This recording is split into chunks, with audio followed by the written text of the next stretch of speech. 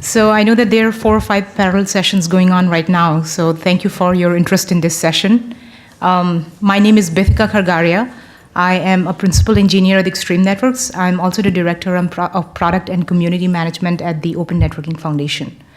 So with this panel, we are essentially discussing 4 different projects that are funded and hosted by the Open Networking Foundation by ONF. And these projects we are talking these projects here because they are really adding value to the OpenDaylight project in their own unique ways in a variety of network domains, in a variety of different use cases, as well as interoperability in the northbound and southbound. So before we get started, let me just quickly introduce the panelists. The far right is Karthik Setu Raman. He is SDN and software architect at NEC. He's vice chair of ONF Open Transport Working Group. He also co-leads 2 different open source ONF open source projects. One is Project Snowmass, and the other one is Project Englewood. And among other things, Project Snowmass, what we're going to discuss today, they are essentially bringing SDN into transport networks, and they're providing an effective mechanism to do SDN on multi-domain, multi-layered transport networks. For example, managed by ODL, ONAS, or any proprietary NMS. Right next to him is Gert V. I can't say his last name, so it will just be V for now. Gert is Principal Enterprise Architect with Microsoft IT. He also serves on the customer advisory for Project Atrium Enterprise, which is co-led by Dave Lenrow. And with the help of Gert and his advice, we are building an open source solution on ODL to address typical enterprise pain points in unified communications and enterprise WAN offloading. Right next to Gert is David Lenrow. Dave is Chief Architect and Distinguished Engineer at Huawei SDN, and he co-leads Project Boulder and Project Atrium Enterprise. Dave was responsible for kicking off ODL NIC, the Network Intent Composition project, and now with Project Boulder, he is taking the same intent model to a controller-agnostic layer. Finally, we have Martin Skorupski.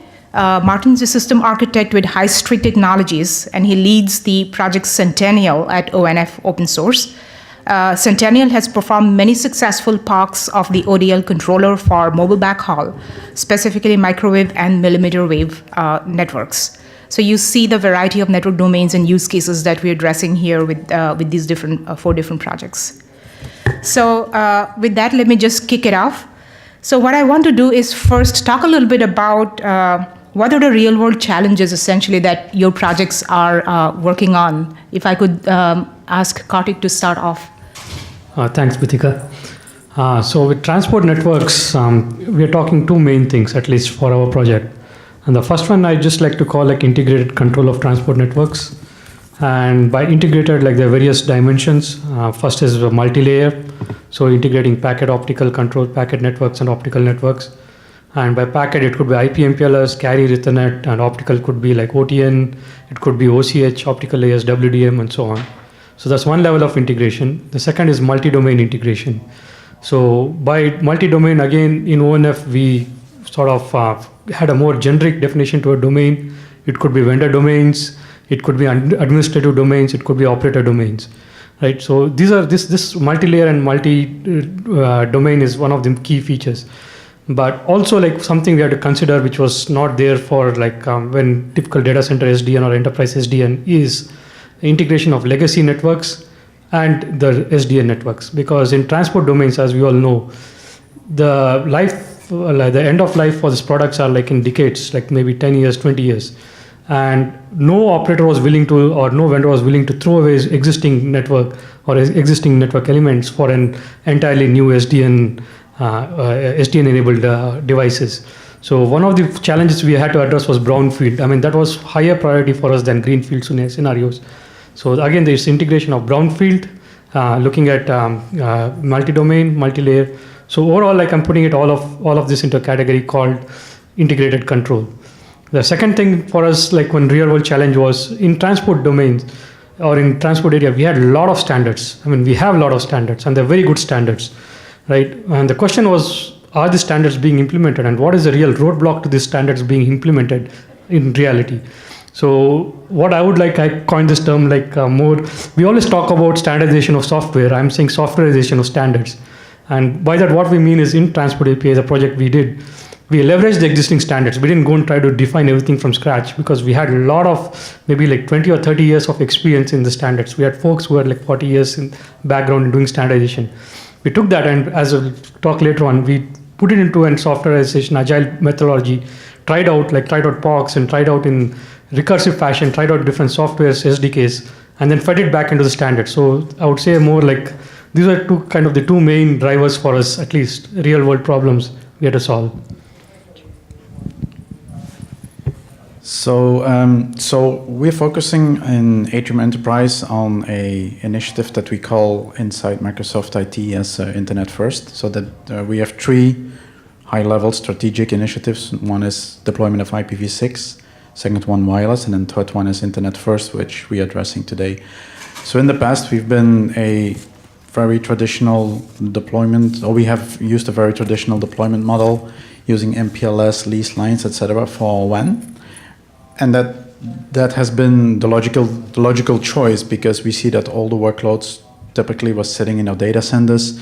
We had requirements from our security teams where they asked to be able to monitor every single packet that leaves the network to internet, et cetera, et cetera. Now, the last years, just like every other company, we've seen that workloads are moving out of the corporate data centers. They're moving into the cloud. So this can be corporate applications like Exchange Online. It can be Office 365. There can be numerous things. It can be applications that are custom made, but that still move to Azure. And secondly, we also got a little bit more relaxed requirements from our security teams that allow us to kind of drop traffic on the internet without being able to see every single packet.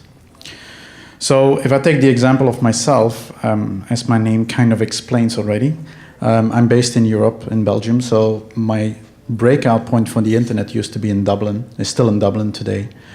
So if I go to any of the workloads, or it can be any other internet traffic, it can be Facebook, it can be Netflix, it can be YouTube, that traffic is transferred over a corporate network to Dublin, breaks out on the internet, and at that point in time, it finds the closest server. So that doesn't make a whole lot of sense because there's not really added value, right?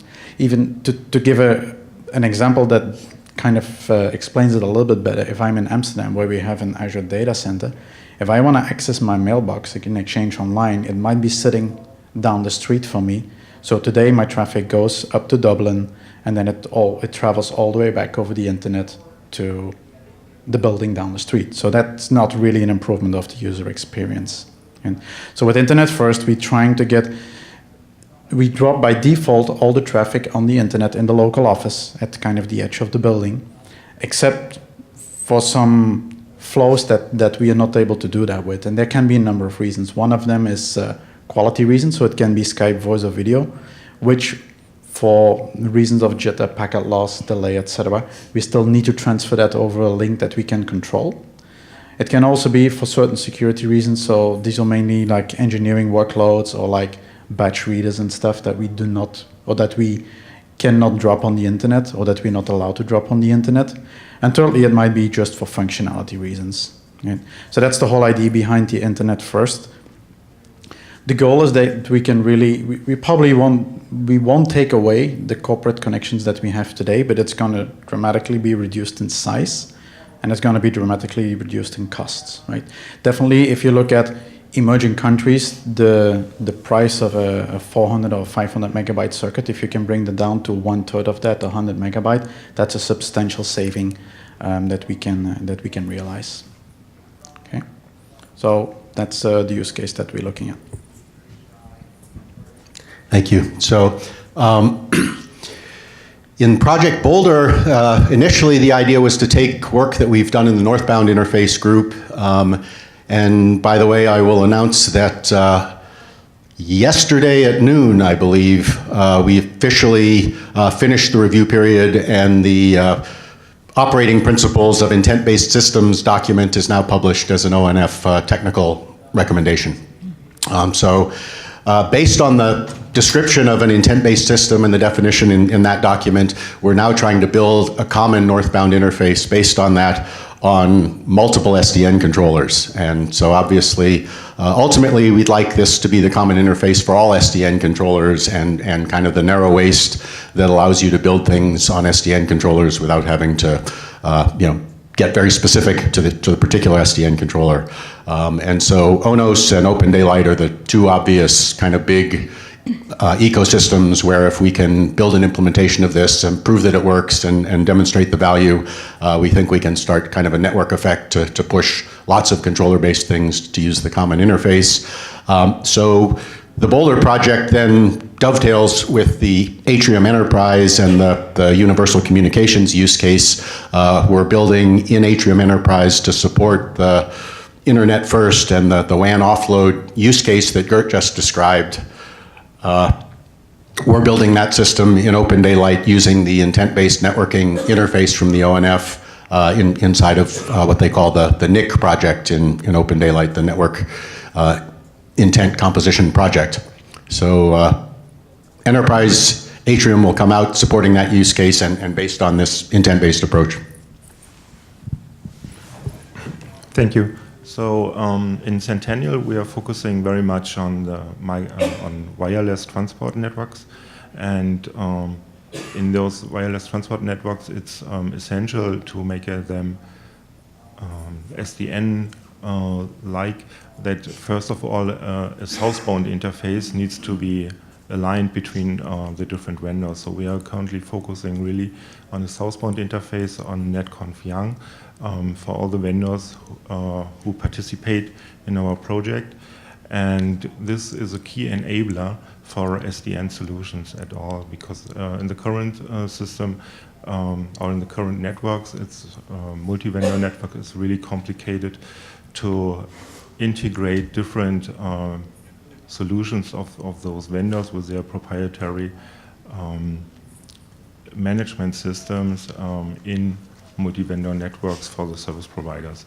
And by doing so, the idea is that we can save a lot of energy and resources with a common interface to the microwave and millimeter wave boxes, because the integration will be much more faster and will give the opportunity to the service provider to buy more equipment and instead of spending all the efforts in integration of some of those equipments.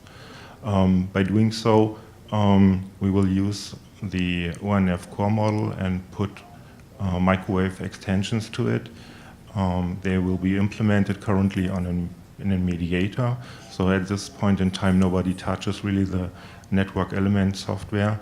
We have a mediator, some call it adapter or translator in between, which is one opportunity to address also the legacy which is in field and will not be vanished in the near future, so that also those devices can be part of an SDN solution.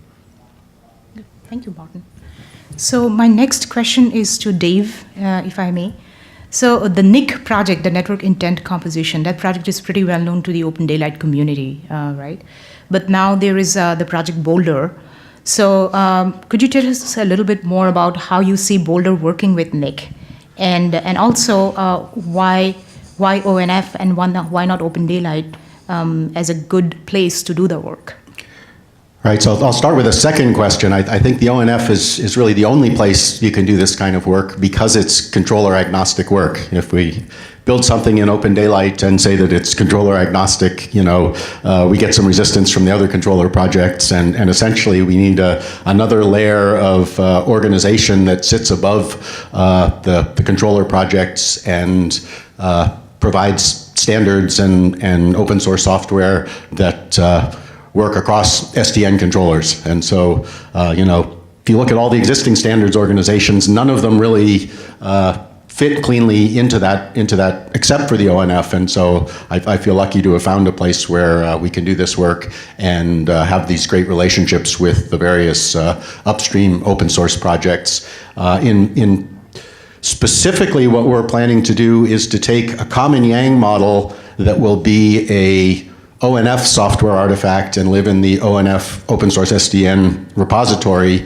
At the beginning of the build process for both OpenDaylight and ONOS, first step is pull down the latest version of the common Yang model from the authoritative source at the ONF, and then build that Yang model to create the northbound interface for the application on the controller. So while a lot of the work to realize the, what we call the intent engine, the system that understands how to kind of deploy things based on the description,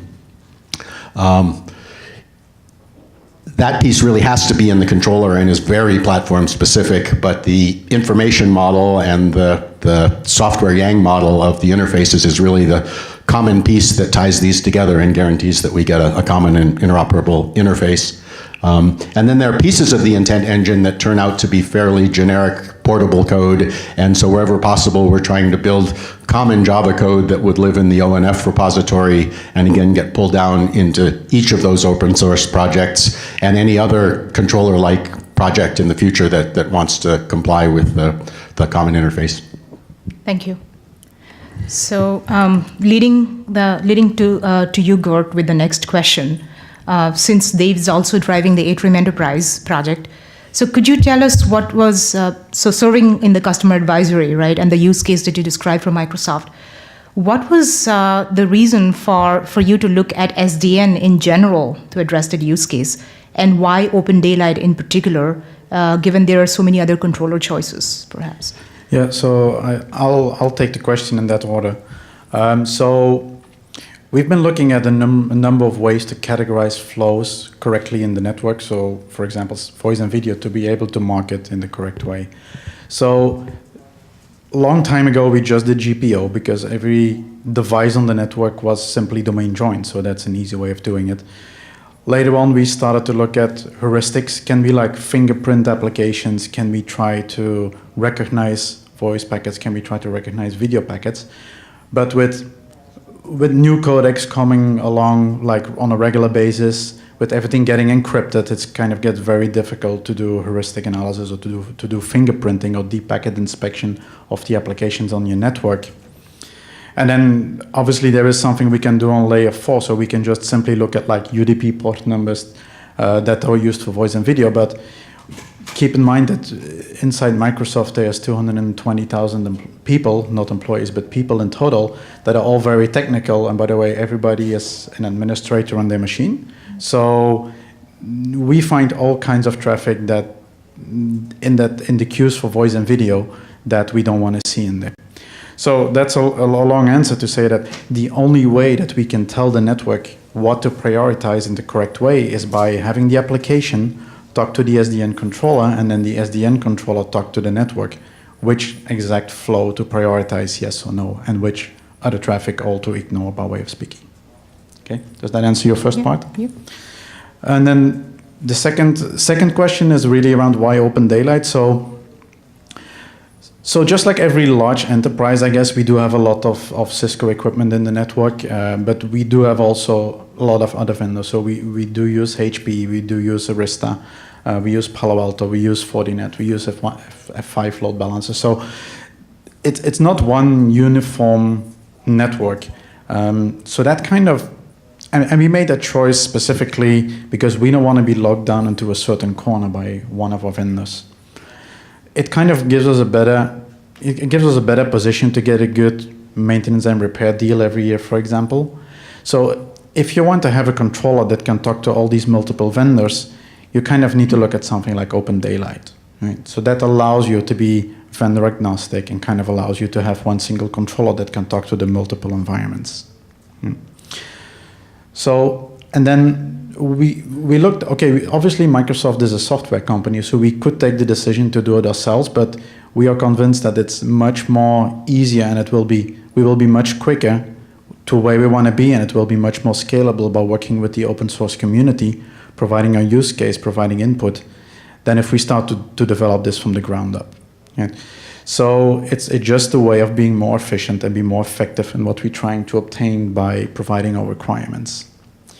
And then lastly, so it doesn't mean that we will be using OpenDaylight, but it might be a commercial release based on the open source right? So nothing prevents us from going with a vendor that uses the OpenDaylight or that uses a controller based on OpenDaylight and kind of adding bits and pieces to it ourselves. It will give us a head start and it will kind of make us, again, more effective getting to where we want to be. Thank you, Gert. So I want to change gear a little bit and talk about standards driving software, and typically, specifically, standards that has actually come out of ONF. So the SIM, or the Common Information Model, that ONF has been driving to build the data plane abstraction layer, right? So I understand, Kartik, that you have used that very effectively in your Transport SDN project, as well as Martin, you have. Mm-hmm. So could you give us a little bit of perspective how you are leveraging that and putting that into consumable software? Yeah, sure. And even like I'll take even a step back actually. I just mentioned upfront, like one of our objectives when we started the project was to have an integrated control.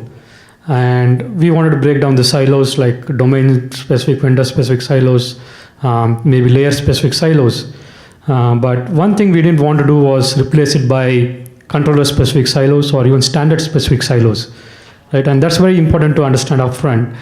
It's going to be a failure, like if you just pick up, let's say, analyze, for example, some OpenDaylight NBIs, and then adapt it and base our project on that, so that you start excluding others. Same thing like what Dave Lenrow said up front. So we found it in ONF that we want to do something which is agnostic of the controllers, because all the controllers at that point when we started 2 years ago or a year ago, this project had some kind of information model in their guts. And almost every standard had information models. Right, so what we did is we were actually fortunate enough when we started to have folks who had worked in ITUT for 20, 30 years. We had folks who had done the TMF model, the key folks, I mean, not just folks who participated, but the key people who defined the models in TMF, and people who worked on the AS1 control plane. All of them come together in ONF, and that was very fortunate. And we said, okay, this is a great opportunity for us to sort of build a model or start with a model which is not from scratch, but which gets insight from all this work that was done before, but start off like with a common information model rather than anything which is specific to technology, specific to SDOs. So we did that, and the first thing we did is, again, but for this particular project, we didn't want to fall in the trap of actually getting into another standards, right? So we said all these models, one of the flaws that we found upfront was they all were network focused. I mean, all these models looked at the network, what the device did, what the network data plane should do, and the models were defined from that angle. So in Transport API project, the SNOMAS project, in ONF, we looked at it from top down. We looked at the applications. We studied, like, we analyzed about like 12 applications, which was contributed by the various operators and the users.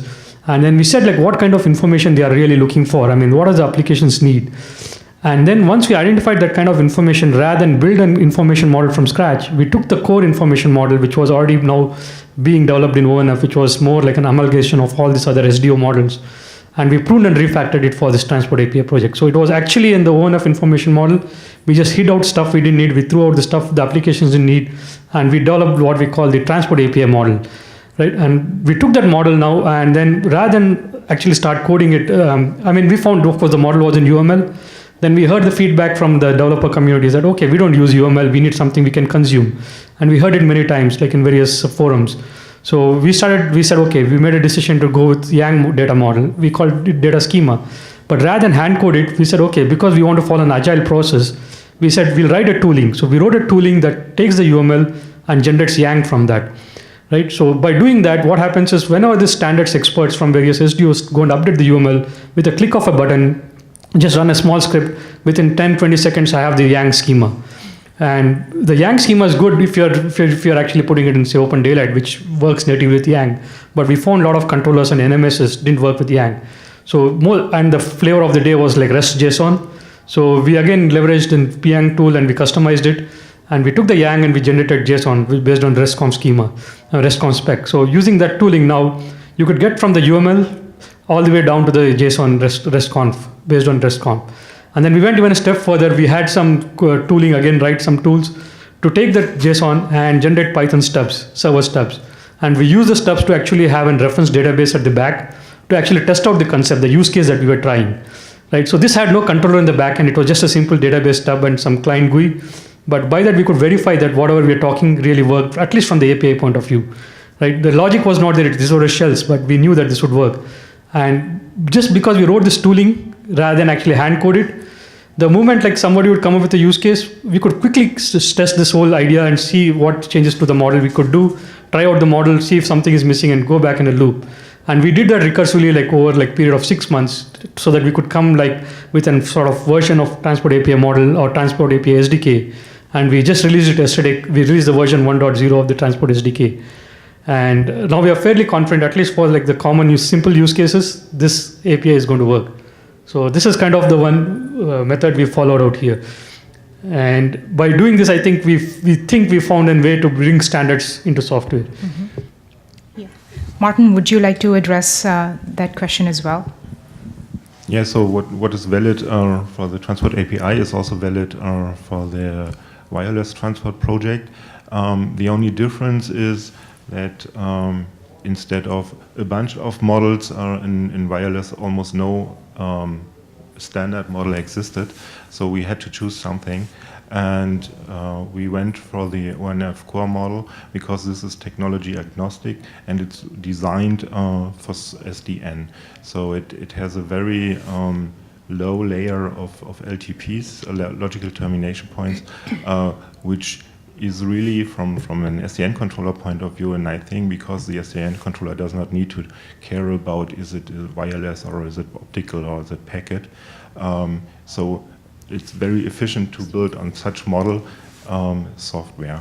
And then we added our specific microwave extensions to that model. So and we got already a bunch of tool sets. What Kartik also mentioned, there are tools available who translate the UML into YANG, and then with the YANG tools of OpenDaylight, it's very easy to add them to OpenDaylight, and you immediately have, by more or less one click of a button, southbound and northbound interfaces in an SDN controller. Thank you, Martin. So let me just follow up a little bit on that question itself. Tell us about what was the key technical artifact that you produced as part of that project. And if the OpenDaylight community wanted to participate, what would be a good place for them to do that? So the key why we chose OpenDaylight was really these YANG tools and the MD cell, which it makes it very easy for for a model to have southbound and northbound interfaces. We are building we are at a stage where we have just building blocks, the very basic building blocks. So we have southbound interfaces, northbound interfaces. We need to find a way to pass notifications through the SDN controller.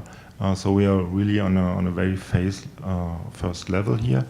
And OpenDaylight, everything was already available, and also the tool set from the ONF was available, which was very easy for us to have in a short time frame something which could be demoed in proof of concept. So you sort of think that they could potentially work in that microwave mediator space? Currently each vendor implements a mediator to translate their proprietary interfaces into a common interface. There you really need information about what is the interface of the vendor itself. But we also used open source for the mediator, for the netconf YANG interface, which was OpenHumor. And so in those areas, I would say it does not make much sense just to jump on it. What we see is that on the application layer, there's a lot of stuff which could be implemented, which is really useful in the future to build applications on top of a common microwave model, especially if it goes then later on in from wireless transport more into the RAN. 5G will be one of the key technologies in the future, and we see a lot of applications in that area. Okay, thank you. Karthik, would you like to address that question as well? Yeah, sure. So we have built the Transport API SDK, right? And this SDK, we have taken care, like I said, to make sure that it's extensible and it's fully extensible.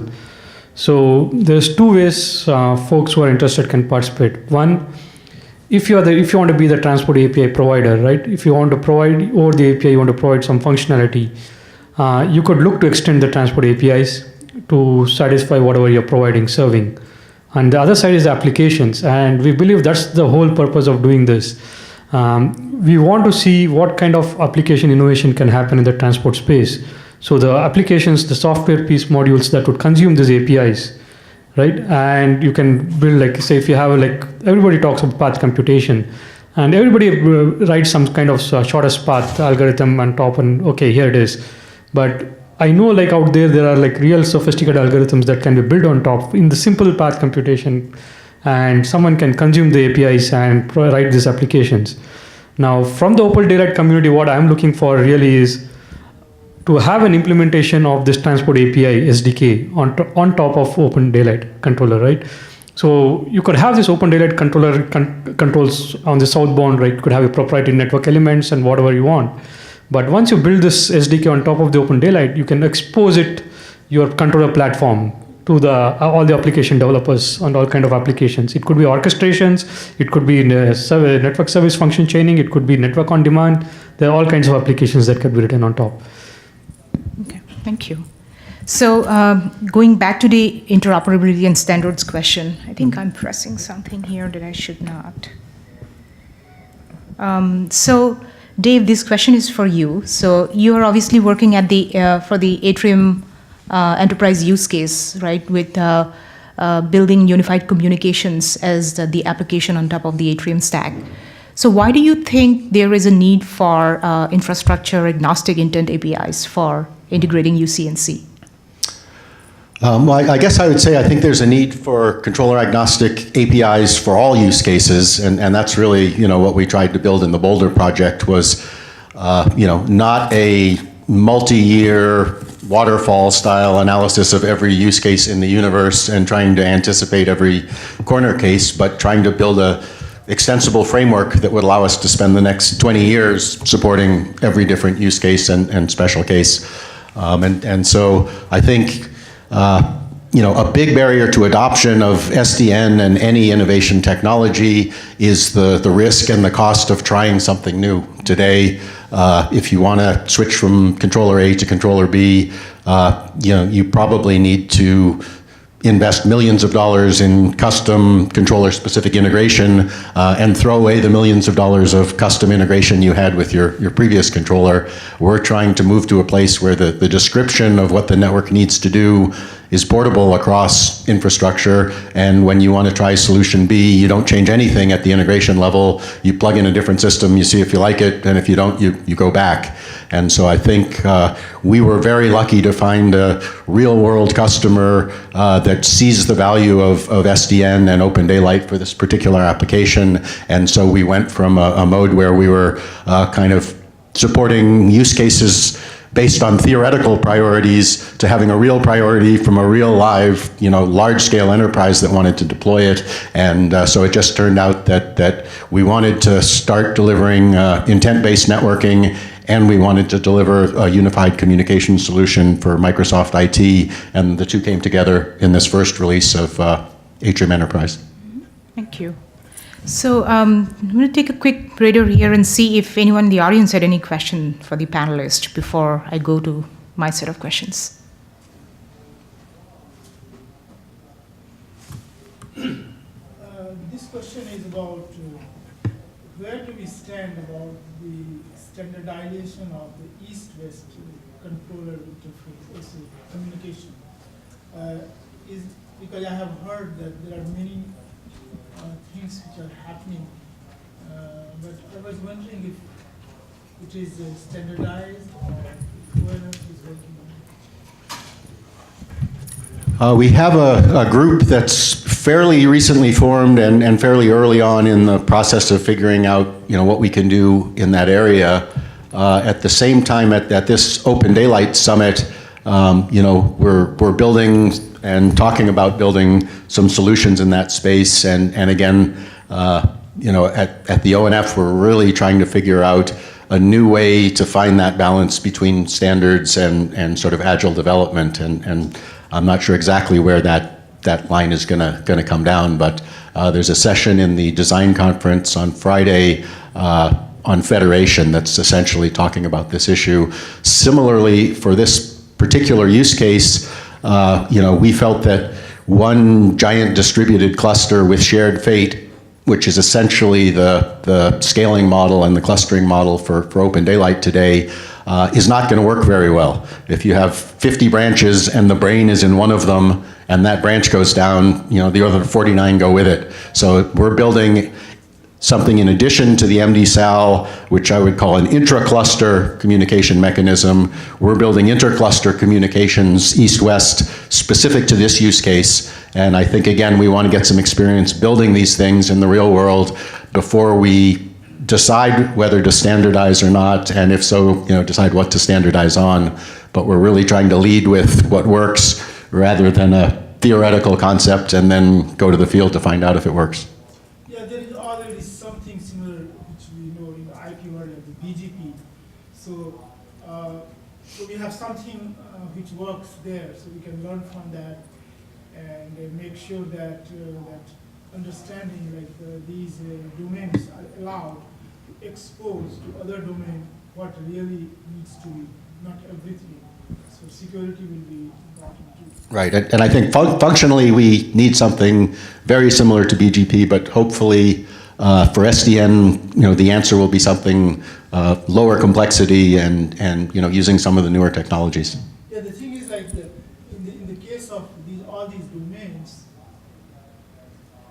in a domain, the controller has a global view of what is below it or in a network. But when we have many domains, do we want each controller to have view of all the domains in some rudimentary way? Or maybe the bigger global view should be at some particular place? All these questions have to be answered. Right, and I think that's sort of the state of the art in research in the industry right now. We focused on how to build one domain that sort of works and are only just now getting around to figuring out how to interconnect them. There's some hard problems left to solve, I think. So just let me add a few things. In ONF, we have the architecture working group, which is a little bit different from what we are doing. And they are dealing with these different aspects to this question, right? When we say east-west, Dave just talked about this cluster to cluster. Second thing is like east-west between two different, I would say, platforms, say ONOS and ODL. And the third thing is east-west is between businesses, right? There's business domains. So different aspects to the problem, and not all of them will have the same solution and the same architecture. So in ONF, in SDN, right, we in architecture working group, at least some of us, we believe that everything is north-south. And as long as you have a virtualized view, a domain can expose in simple virtualized view, maybe a single node view. It can hide information, virtualize it. That will work, but that works only in certain cases, right? It doesn't work in all of these aspects. So I don't think it's one single solution. There are different aspects to this east-west. And the business relationships, the east-west business relationships, they cannot really be solved by north-south interfaces. But for example, you could have intent between two different domain controllers, or you could have like transport API where we allow like the virtual networks to be exposed. But that does not solve the business aspects of the problem, right? So the east-west could have the business aspects, and often like BGP and so on, like which focus more on the signaling aspects, which is a little bit lower down in the network. But we got to address these questions even up, like I would use the word now, orchestrator, which I was trying to avoiding, but it needs to happen even at that layer. And it may happen even at the higher layer, like BSS systems, right? So this east-west communications is at different layers, and we got to scope the problem, and that's something which the ONF architecture working group is right now tackling. It's not ready yet, but we realized once the discussion started, we realized it's not like east-west is not it's not a problem with one aspect, but there are n dimensions to it. Yeah, when you bring out all this complexity, it seems like very daunting. Yeah. So maybe you just focus on what is doable and then build up. Yeah. When you describe so many dimensions of this east-west. Yeah. Yeah, it's very hard. And that's why at the API level, we focus on simpler aspects. But there is this working group which just looks at the architecture aspects, and maybe that's the right place to start. And then we start identifying the aspects and the points and saying, okay, this interface deals with this kind of problems, and then start developing the interfaces and maybe standardizing it. I don't know. Standardization should be the last thing in this. It's maybe more trying it out, exploring, and then go to standardization. So I want to, if I may, quickly move to trials and proof of concepts and deployments with this work. So my first question is to you, Gert. So we're looking at the Atrium Enterprise, and we are talking about Microsoft doing a trial and a potential deployment in the future, right? So as an end user, what's top of your mind with this solution? So when we look at the objective of the solution, Dave gets a phone call. Just kidding. First time I've had the ringer on in my life. Sorry. So the good thing, we can really look at the brownfield deployment. So looking at the solution, it will be possible to take a southbound technology or a southbound technique from OpenDaylight and kind of drop that into one single branch office. Or it can be a branch office, it can be one building in a campus environment, but we will place it in front of the WAN router. So that can be, or it can be an OVS switch that talks via OpenFlow to the OpenDaylight controller. It can be one of the other SD-WAN solution that we might be evaluating in the future. So it allows us, in fact, to do a POC, to do a pilot without impacting too much of that environment. So we don't have to rip out the infrastructure. We don't have to change much. We just add another box in the middle and we can kind of test it out. So we haven't made the exact decision where to go. The SD-WAN is a path that we looked at before. The disadvantage is they are all proprietary solutions. So they kind of lock us back into that proprietary corner where we do not really want to be. While if we plug in an OVS switch and we have it talk OpenFlow, it's kind of a open source environment. And then obviously, if we look at what's going to happen beyond it, so if it's successful, we're going to look at a larger scale deployment, then there's obviously more questions coming, like what about scalability, what about redundancy, failover, clustering, and that's things that Dave can address better than I do, so, and that's future. Yeah. Dave, you want to address that? So, with the Atrium stack, you've been thinking about how to scale it out, right? And you have a session, so Dave has a session tomorrow to talk, give some technical details on that. It's at 3 p.m. tomorrow afternoon. Yeah, 3:05 tomorrow, and we'll 3:05. kind of talk in some detail about the technical components and some of the changes we're making in the code to support this. Yeah, but do you want to just give them a sneak peek sort of on what your thoughts are with a scale-out architecture with ODL? Right, so I guess we sort of touched on this issue, but essentially I think most of the emphasis in OpenDaylight early on was data center. It's kind of a single location, and if you could build one giant cluster and keep it up most of the time, that was good enough. It's really when you go to these more distributed topologies and you have inner data center links, or you have a campus or a bunch of branches, that you have to start to ask the question, is there another way of scaling this? And again, I think ultimately, the cluster model is an attempt to build something that will never go down. Modern network architectures are moving more to an anti-fragile kind of architectural approach where you assume that everything will go down and you design it in such a way that it will, survive that. And so I think all those things come together and sort of explain why we're exploring this new sharing mechanism within OpenDaylight. The cluster, essentially everything shares fate, and it's really unlikely to get corrupted or go down, but if it does, everything goes down and it's catastrophic. I think certainly in our use case in the Atrium enterprise, but I think in many, many other areas in the industry and in the OpenDaylight community, people are beginning to see that we need some way of having separate OpenDaylight domains that share nothing and continue working perfectly when kind of the global store goes down. And so that's really one of the things, the campus-based use case here made us deal with that issue immediately. And in the short term, what we're going to do is solve it for the NIC project and for this use case, rather than try to solve it for the platform or, sort of push to have this be a core capability of OpenDaylight immediately. We're going to try to get some mileage on it and get some adoption of it, and then try to, in parallel, we're having some conversations at the Design Summit with other stakeholders that need this functionality to figure out how we're going to build it. The current conversation is sort of, does it make sense to try to extend the MDSAL to support this other type of sharing? And, if we do that, have we brought back the shared fate problem all over again? And do we need a separate solution for intra-cluster to ensure that they don't share fate in some subtle way that we don't see, which causes them to all go down collectively? Okay, thank you. So if you want to find out more about the technical details, I guess come to the afternoon session tomorrow, 3:05 p.m. Martin, the next question is for you. So tell us how the project Centennial, how are operators involved in it, and what type of proof of concepts you are doing with this project?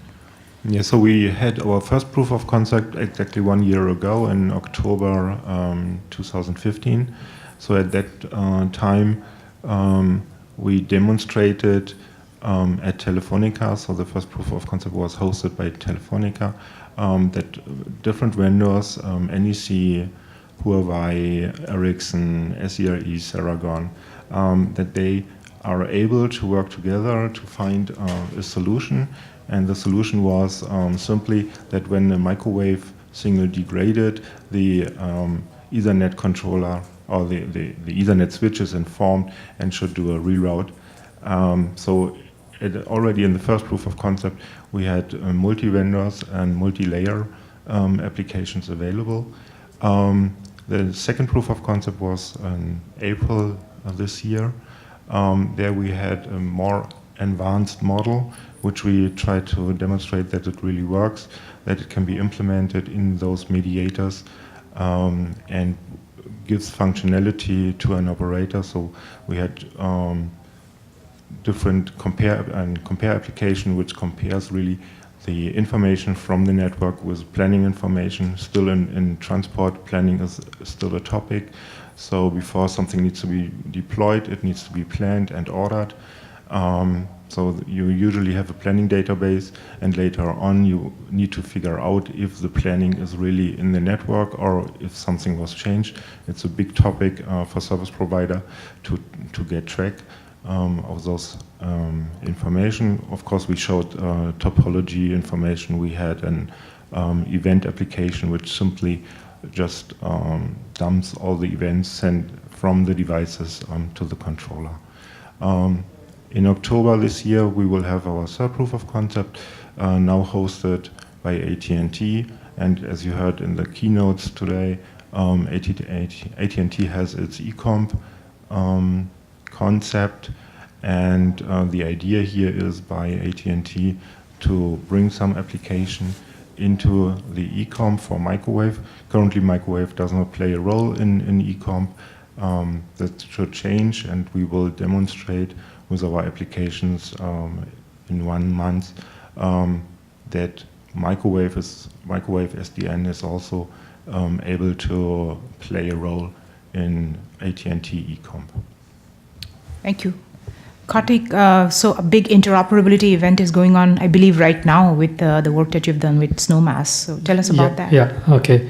And just so I'll say, we had our first interoperability in 2012. It was a joint ONF OIF interop, and that time we didn't use the word transport APIs.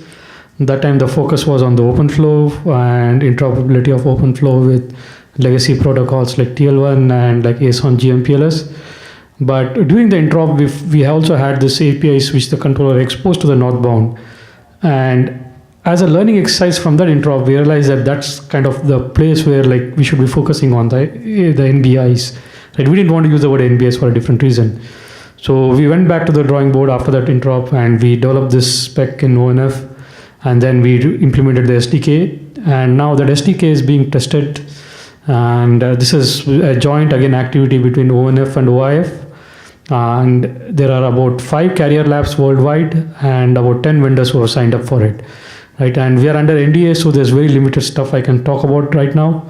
But the names and of the carrier labs and the vendors were released recently.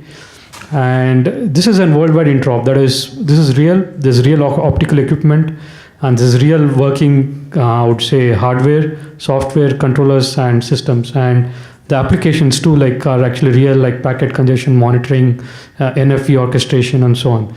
And these are actually being tested right now as I speak. So, and we'll probably have some press releases by end of this year or early next year on these results. Mm-hmm. So that's one thing, and that's the interop that you mentioned. There's also another activity which I would like to talk about, mention briefly, is we are collaborating with MEF, and MEF, at least a couple of projects have decided to adopt TAPI.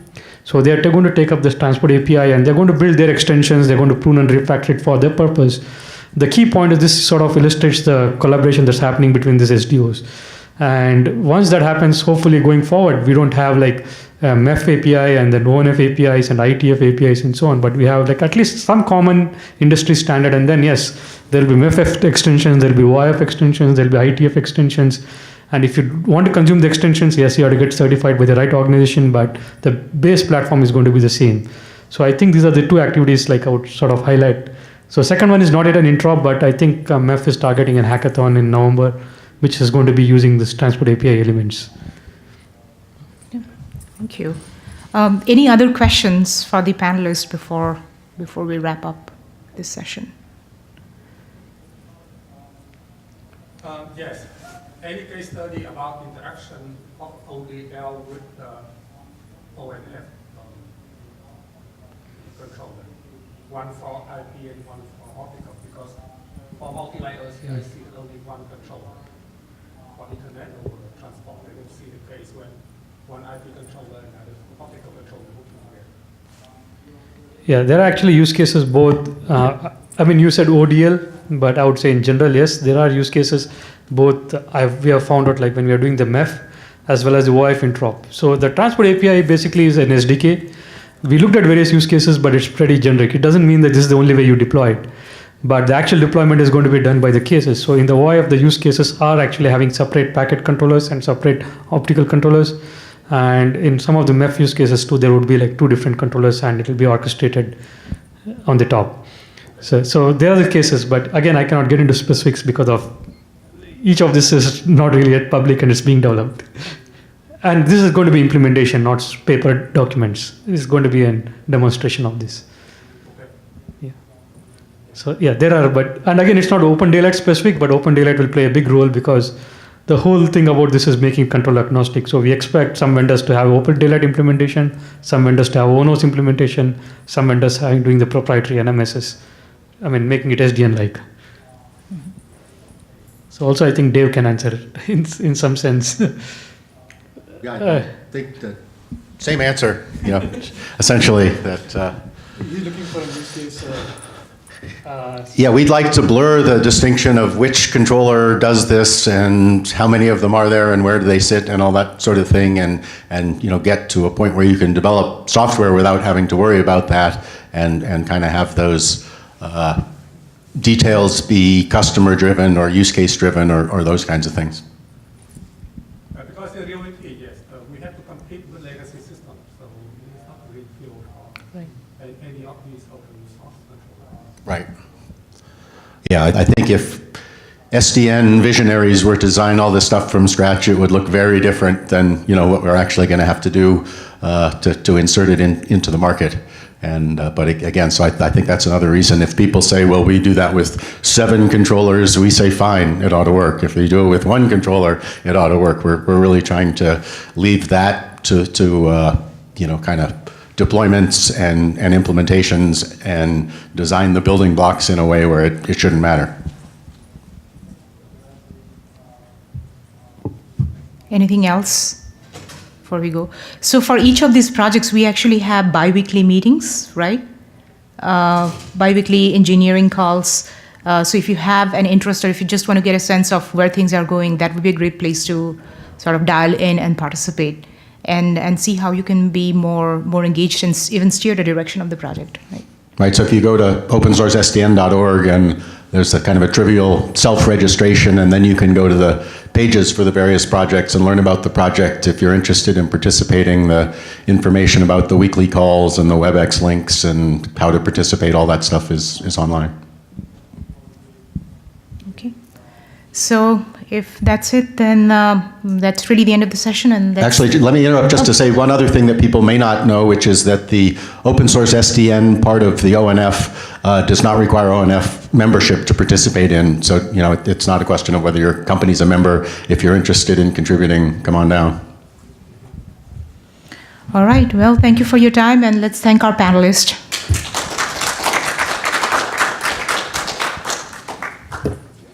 All the workloads typically was sitting in our data centers. We had requirements from our security teams where they asked to be able to monitor every single packet that leaves the network to internet, et cetera, et cetera.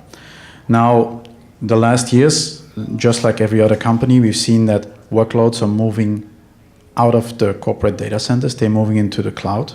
So this can be corporate applications like Exchange Online. It can be Office 365. There can be numerous things. It can be applications that are custom made, but that still move to Azure. And secondly, we also got a little bit more relaxed requirements from our security teams that allow us to kind of drop traffic on the internet without being able to see every single packet. So if I take the example of myself, as my name kind of explains already, I'm based in Europe, in Belgium, so my breakout point for the internet used to be in Dublin. It's still in Dublin today. So if I go to any of the workloads, or it can be any other internet traffic, it can be Facebook, it can be Netflix, it can be YouTube, that traffic is transferred over a corporate network to Dublin, breaks out on the internet, and at that point in time, it finds the closest server. So that doesn't make a whole lot of sense because there's not really added value. Right? Even to give an example that kind of explains it a little bit better, if I'm in Amsterdam where we have an Azure data center, if I want to access my mailbox, like in Exchange Online, it might be sitting down the street from me. So today my traffic goes up to Dublin, and then it travels all the way back over the internet to the building down the street. So that's not really an improvement of the user experience. And so with Internet First, we drop by default all the traffic on the internet in the local office at kind of the edge of the building, except for some flows that we are not able to do that with. And there can be a number of reasons. One of them is quality reasons, so it can be Skype voice or video, which for reasons of jitter, packet loss, delay, etc., we still need to. So I know that there are 4 or 5 parallel sessions going on right now, so thank you for your interest in this session. My name is Bithika Khargharia. I am a principal engineer at Extreme Networks. I'm also the director of product and community management at the Open Networking Foundation. So with this panel, we are essentially discussing 4 different projects that are funded and hosted by the Open Networking Foundation, by ONF. And these projects we are talking these projects here because they are really adding value to the OpenDaylight project in their own unique ways, in a variety of network domains, in a variety of different use cases, as well as interoperability in the northbound and southbound. So before we get started, let me just quickly introduce the panelists. The far right is Karthik Setu Raman. He is SDN and software architect at NEC. He's vice chair of ONF Open Transport Working Group. He also co-leads 2 different open source ONF open source projects. One is Project Snowmass, and the other one is Project Englewood. And among other things, Project Snowmass, what we're going to discuss today, they are essentially bringing SDN into transport networks, and they're providing an effective mechanism to do SDN on multi-domain, multi-layered transport networks. For example, managed by ODL, ONAS, or any proprietary NMS. Right next to him is Gert V. I can't say his last name, so it will just be V for now. Gert is Principal Enterprise Architect with Microsoft IT. He also serves on the customer advisory for Project Atrium Enterprise, which is co-led by Dave Lenrow. And with the help of Gert and his advice, we are building an open source solution on ODL to address typical enterprise pain points in unified communications and enterprise WAN offloading. Right next to Gert is David Lenrow. Dave is chief architect and district. It's like maybe 10 years, 20 years. And no operator was willing to, or no vendor was willing to throw away his existing network or existing network elements for an entirely new SDN enabled devices. So one of the challenges we had to address was brownfield. I mean, that was higher priority for us than greenfield scenarios. So again, there's integration of brownfield, looking at multi-domain, multi-layer. So overall, like I'm putting it all of this into a category called integrated control.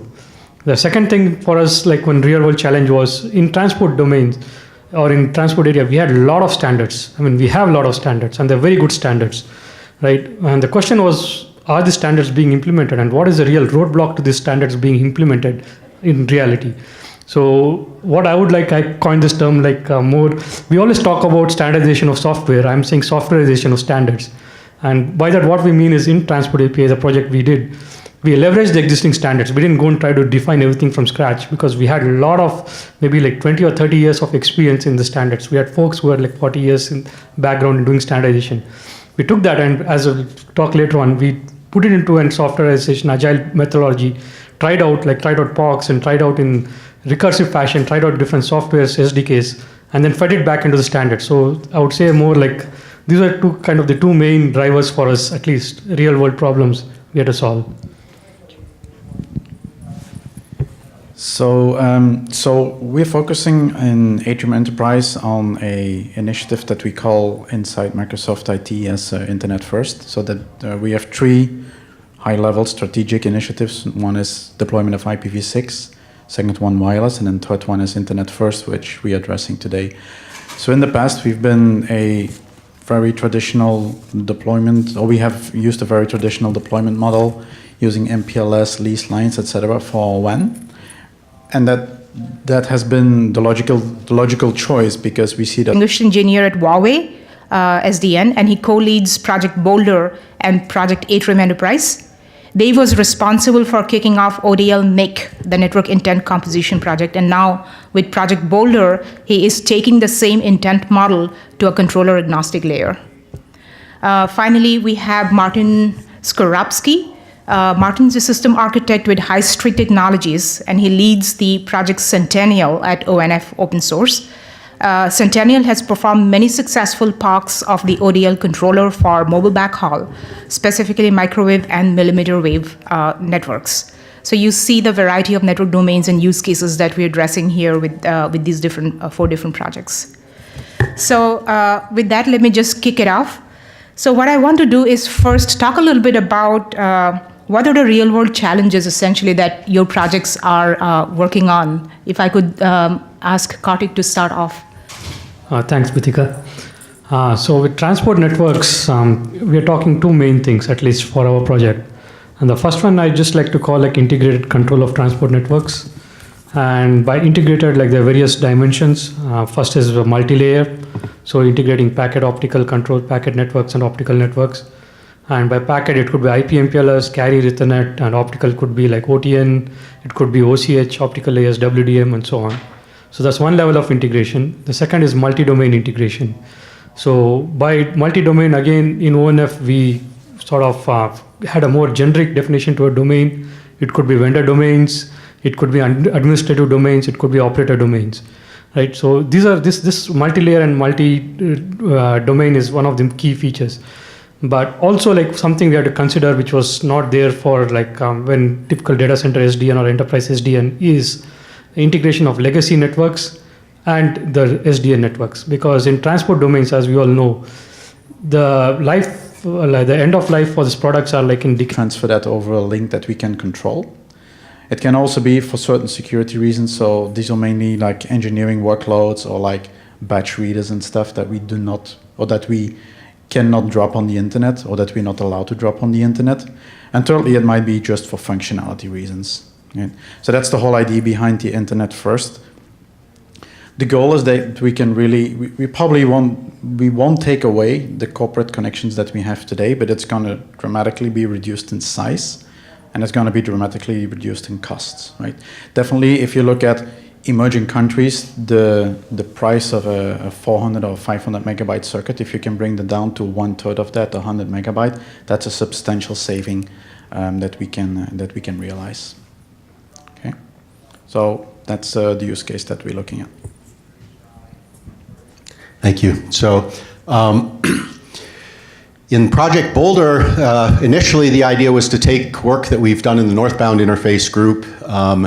And by the way, I will announce that yesterday at noon, I believe, we officially finished the review period, and the operating principles of intent-based systems document is now published as an ONF technical recommendation. Based on the description of an intent-based system and the definition in that document, we're now trying to build a common northbound interface based on that on multiple SDN controllers. And so obviously, ultimately, we'd like this to be the common interface for all SDN controllers and kind of the narrow waist that allows you to build things on SDN controllers without having to, get very specific to the particular SDN controller. And so ONOS and OpenDaylight are the two obvious kind of big ecosystems where if we can build an implementation of this and prove that it works and demonstrate the value, we think we can start kind of a network effect to push lots of controller-based things to use the